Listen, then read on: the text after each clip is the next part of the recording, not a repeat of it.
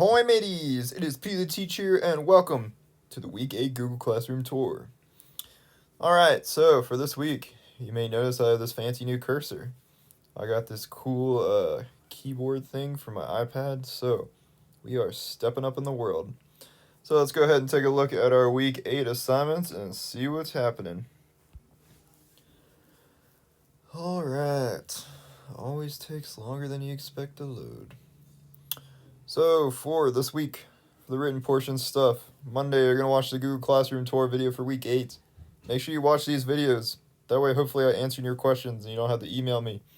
Not that I don't like your emails, but some of the questions are self-explanatory. Okay, so for this week, you're going to compose your own little tune for your instrument.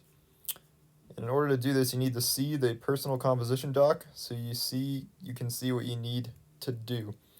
Before we take a look at that, let's take a look at the rest of the week. So pretty much this whole week, you're just working on that personal composition. And then, check this out. Performance expectations for the week. There are none. Unless you're auditioning for Allstate, continue to practice that material. But otherwise, there's no Flipgrid assignment for this week. Well, that's a lie. I should look at Friday here. Friday, you have to record yourself performing your own composition, so I kind of lied on that. But just don't compose something too hard and then you'll be okay. Alright, let's take a look at the personal composition document. So that is right down here, personal composition instructions. Let's take a look at that.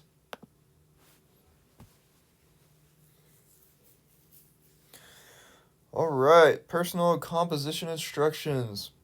So, this is the video that explains everything on here. Okay, so you need to watch this video. Hopefully you watch this video. Alright, so what you need to do is print off staff paper from Google Classroom, or you can download MuseScore, which is a cool application for notating music. In order to find the staff paper, that is right here. You have this PDF, and you can just download this and print it out. Alright, back to the instructions. Alright, so the first one, you need to get that staff paper somewhere, or you can download MuseScore, which I have the link here. There is a little bit of a learning curve, but if you just look stuff up on Google, it's not too hard to figure out, and figure that out. Alright, decide the following. This is what you need to figure out in order to make your composition. First of all, what clef do I normally play in? If you are a violin, you're going to be playing in treble clef, which is the one that kind of looks like a G. If you are a viola, you're playing in alto clef, which is a little funky. You got the little swirls and it kind of looks like the letter B. If you are in bass clef, you play either cello or bass, okay? And yours looks kind of like an F to an extent. If you're unsure what those look like, just look it up on Google, and then you can just kind of copy it down on your paper. Alright, what key should I be in? So you can pick whatever key you want, but you need to make sure you're actually picking a real key and following it. So for example, one you should know is like D major. So you have two sharps, F sharp and C sharp. So if you're composing your piece, anytime you have a F, it should be a F sharp. Or anytime you have a C, it should be a C sharp. And we haven't talked a whole lot about key signatures, so you can just write in the accidentals. Or if you know how to write out key signatures, that works too, or you can look that up. But I don't want to make it too complicated, so pick a key that you know. So that could be G major, which is just one sharp, if you think back to the circle of fifths stuff that we did. Alright, what time signature should I use? So, you can pick from these. Don't pick anything like ridiculously crazy. Like, don't write something in like 64/8 or anything like that.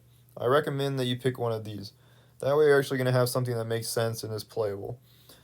And remember, so if we have a 4 on the bottom, that means the quarter note gets the beat. If we have an 8 on the bottom, the 8th note gets the beat. So make sure that when you're writing your music, that it fits within whatever time signature you pick. Okay, things I decide. Your piece will be 8 to 16 measures long. 8 is the minimum. You can write more than 16, but it's up to you, okay?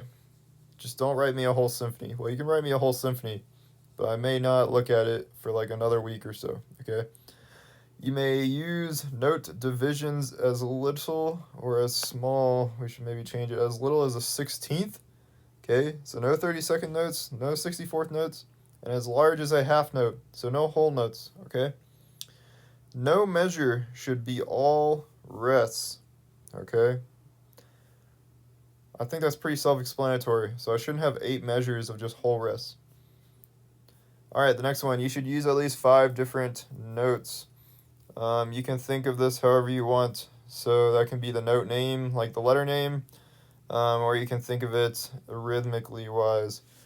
But I was thinking more like note names. So for example, you shouldn't just have all A's. You should have at least 5 different letters, note letter names. Alright, your measures need to add up so that they fit your time signature. That's what I was talking about up here. So if I'm in 4/4, my rhythm should add up so that I have, if you were to add like your eighth notes and stuff together, it should equal 4 quarter notes, okay? So make sure you do that. Add some dynamics. Why not? It makes it more interesting, right? And then make your composition interesting. The last thing I wrote. No one likes to play something that's boring. It's boring composing something that's boring. So make something that you think is cool. Alright, what you need to turn in. So you need a copy of your written composition. So that's whatever you wrote on your paper, your sheet music and stuff. Or if you did it on MuseScore or somewhere else, I need a PDF uploaded to Google Classroom.